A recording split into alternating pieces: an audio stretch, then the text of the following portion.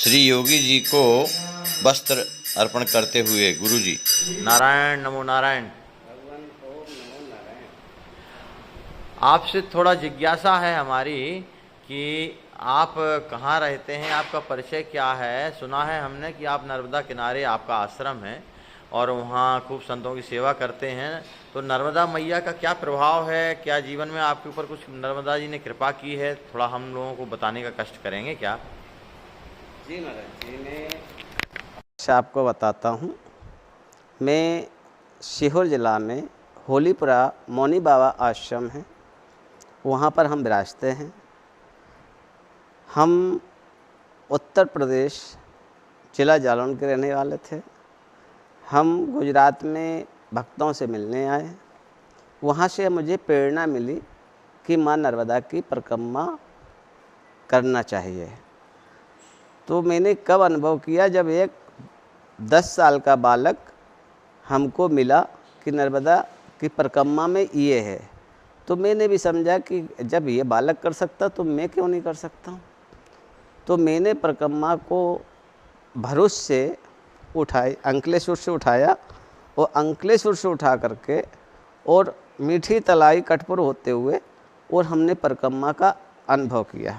कितनी लंबाई है, कितने दिन में पूरी हो जाती है, जरा बताने का करें। वैसे तो 2856 किलोमीटर का उसका रेंज है, मतलब परिक्रमा होती है।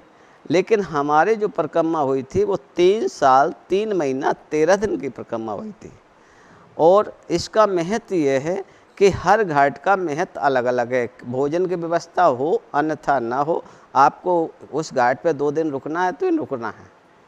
तो हम भिक्षा से अपने पास 200-250 ग्राम आटा रखते थे और जहाँ हमें महत्व कमी आती थी वहाँ हम अपनी व्यवस्था करके और गांव में भिक्षा करके अपना व्यवस्था कर लेते थे। और माँ की सुबह शाम आरती, प्रसादी बनाना, भोग लगाना, ये हमारा नित्यक्रम था।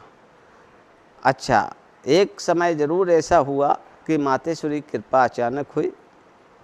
और माताश्वरी की जब अचानक कृपा हुई तो एक हमको जरासी कन्या मिली।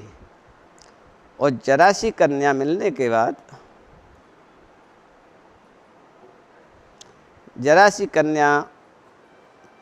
बाद मैंने क्या देखा कि उसने एक हमको माला दी। और माला देने के बाद कहा, बोले कि आप ये आगे चल कर के महात्मा जी को दे देना। तो जब मैं पीछे पलटा तो हमें वहाँ कोई नहीं दिखा, कोई कन्या नहीं मिली। मेरा ये जिज्ञासा हुई कि महात्मा जी कपड़े कैसे पहने, वस्त्र कैसे धारण करें हैं। ऐसा विचार किया तो पीछे पलट के देखा, दिखे नहीं। तो मैंने आगे चल कर के गाँव में पूछा, बोले 8 दिन से कोई भी परिक्रमावासी यहाँ से निकला ही नहीं। तो हमने वो माला को गले में डाल ली।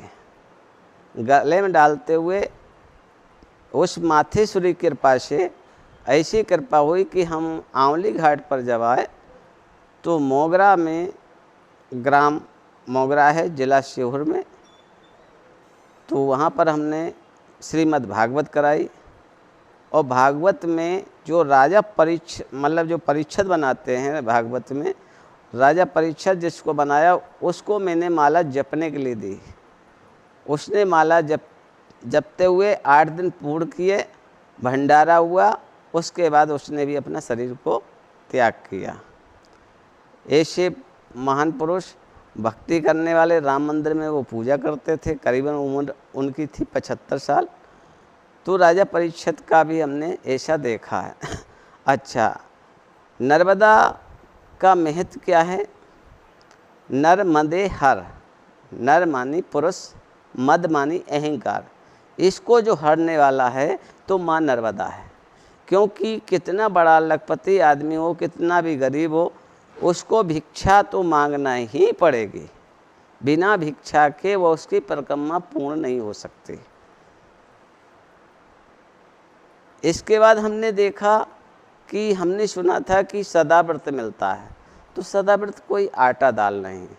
सदाव्रत का मतलब होता है कि माँ नर्मदा का सदा व्रत, यानी जो कुछ लेने वाला हो, कोई भी लेने वाला हो, तो सदा व्रत वहाँ निश्चित मिलता है। और सदाव्रत आटा दाल नहीं, मैया का आशीर्वाद ही सदाव्रत है।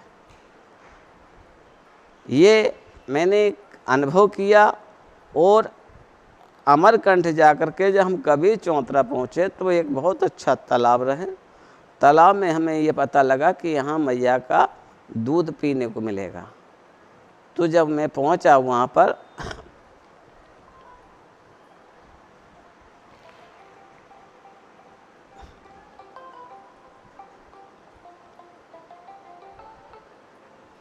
जब दूध पीने को मिलेगा तो मैं सूरज जैसे निकलना शुरू हुआ तो बीच में से हल्की सी धार चालू हुई और देखते देखते पूरा तालाब दूध में हो गया।